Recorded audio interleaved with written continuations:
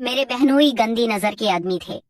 जब से मेरे बहनोई हमारे घर रहने के लिए आए हुए थे, वो बिना दस्तक दिए ही कमरे में आ जाते। गर्मियों के दिन थे, मैं दोपट्टा ओढ़ना छोड़ दिया था।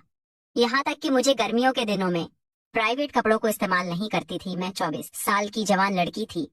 इस तरह उनका कमरे में आना मुझे पसंद नहीं था। जैसे वो कमरे में आते तो मैं अपने सीने को दुपट्टे से छुपा लेती। मैं काफी सेहतमंद थी। मेरा भारी जिस्म, जिस पर मेरे बहनोई की गंदी नजर हर वक्त रहती थी।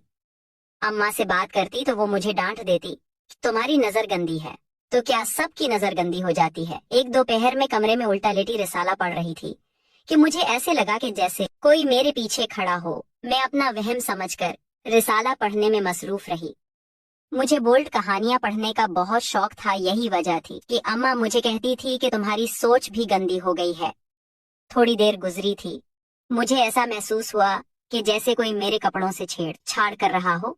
मैंने जैसे ही सीधा होकर देखा तो मेरी जान निकल गई, क्योंकि मेरे बहनोई ने अपना हाथ मेरी मैं छत लेटी हुई थी कि अचानक मेरे बहनोई, जिन्हें हम जीजा जी कहते थे, वो बेधड़क कमरे में आ गए। मेरी नजर ज्यों ही उन पर पड़ी तो मैं हड़बड़ा कर उठ बैठी। मेरे गले में दुपट्टा भी नहीं था, तो मैं और भी पजल हो गई और उठकर फौरन अपने दुपट्टे को सीने पर फैलाकर खड़ी हो गई। कोई काम है आपको जीजा जी? तो वो मुझे बड़ी गहरी नजरों से देखकर बोले, क्यों, मुझे कोई काम ही होगा तो ही मैं तुमसे बात करने के लिए आऊंगा क्या? वैसे मैं तुमसे बात नहीं कर सकता। और फिर बड़ी माने खेज अंदाज में मेरे बदन को देखने लगे तो मैंने अभी हुई नजर से उनको देखा। जी जी कैसे जीजा जी, में हिकलाते हुए बोली, और साथ ही साथ दरवाजे की तरफ भी देखने लगी और दिल ही दिल में दुआ करने लगी कि अल्लाह करे कोई ना कोई कमरे में आ जाए। क्योंकि सच्ची बात तो ये थी कि जीजा जी की इन बातों से मेरा दिल बहुत घबराने शुरू हो जाता था। एक तो उनकी बातें इतनी जोमानी और अजीब सी होती थीं कि समझ ही नहीं आती थी कि उनका क्या जवाब दिया जाए। और वो ये बातें करने के बाद जिस अंदाज से घूरते थे, उसके बाद तो दिल करता था कि जमीन फट जाए और मैं उसमें उतर जाऊं। खानदान में और भी कजन थे, लेकिन ऐसी अजीब सी फीलिंग उनसे बात करके कभी महसूस नहीं हुई जितनी उनसे होती थी। अब मैं उनके सामने खड़ी थी और वो मुझे अपनी नजरों के एक्सरे से देखते ही चले जा रहे थे कि इतने में कमरे में अम्मी आ गईं। तो मेरी सांस में सांस आई। अम्मी ने जीजाजी को देखकर इंतहाई अपनाइत से पूछा, कुछ चाहिए सलीम? तो वो एकदम से बोले, अरे भाई, सर में दर्द था तो सोचा अपनी साली साहबा को चाय का कह दूं, लेकिन यहाँ तो साली साहबा मुझे बहुत ही मसरूफ लग रही हैं। तो अम्मी ने मुझे कड़ी नजरों से देखते हुए कहा, भला एक कप चाय बनाने में वक्त ही कितना लगता है, और ऐसी भी क्या मसरूफियत कि अपने जीजा के लिए एक कप चाय बन सके। तो मैंने गड़बड़ाकर अम्मी की तरफ देखने लगी। अम्मी, मैंने कब कहा कि मैं मसरूफ हूँ? मैंने सफाई देने की कोशिश की ही थी कि बहनोई एकदम से बीच में बोल, भाई आप सरमना लपेट कर जब अपने कमरे में पड़ी रहेंगी तो जाहिर है हमें अपने है अपनी जरूरत के लिए आपके पास आना ही पड़ेगा। और ये बात करते हुए उन्होंने मुझे जिस अंदाज से देखा तो दिल चाहा कि उनकी आंखें नोच लूं, लेकिन मैं जानती थी कि अगर मैंने जर्रा सी भी कोई बदतमीजी की तो उल्टा अम्मी जिजालो कुछ कहने की बजाय मुझे ही डांटना पड़े शुरू कर देंगी। मैं अभी कुछ बोलना ही चाह रही थी कि अचानक अम्मी ने मुझे डपट कर कहा, फौरन जाओ और जाकर एक कप बेहतरीन सी दूध पत्ती बनाकर जीजा को पिलाओ, और खबरदार मैं ना सुनो कि तुमने चाय अच्छी नहीं बनाई। बीच में थोड़ी और की भी डाल देना तो चाय का स्वाद ही कमाल हो जाता है। क्यों भाई, सलीम और वाली चाय पसंद है तुम्हें? तो जीजाजी ने इंतहाई ताबेदारी के साथ शर्माते हुए कहा, अम्मी जी, अगर आपके हाथ का जहर भी हो तो कौन का फरा से बुरा कहेगा। अरे चल हट, जहर खाएं तेरे दुश्मन।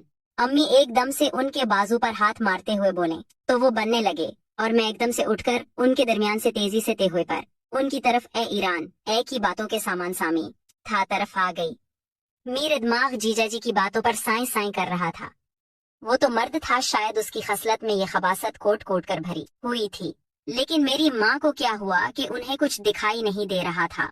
वो कितना फ्री होकर मुझसे गुफ्तगू करते।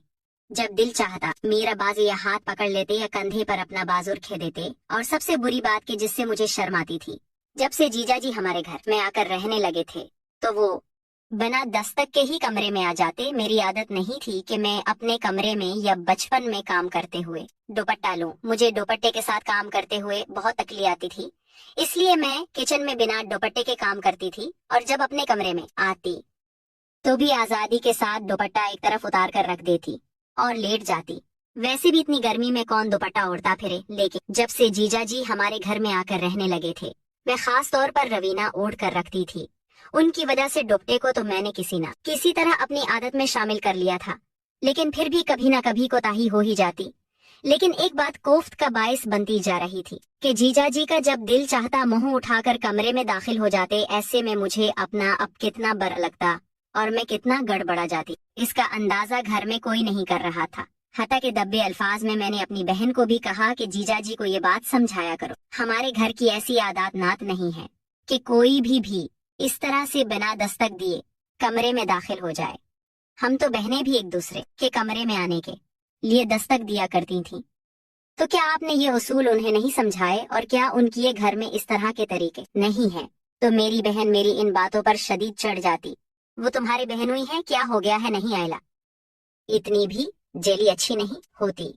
तो मैं हैरान होकर अपनी बहन मिसाल की तरफ देखती तो वो बोलती, मुझे भला किस बात की जैसी हो कि मनाल बाजी, क्या आप मुझे ये बात समझा सकती हैं? भाई तुम्हारी भी शादी हो जाएगी। अब अगर मेरी शादी जल्दी हो गई है तो ये तो मेरी किस्मत भी, तुम्हारी किस्मत में भी जब लिखा होगा तो शादी हो जाएगी, तो इसलिए अपनी जैसी बनती नहीं है। वो मुस्कुरा कर कहती तो नहीं।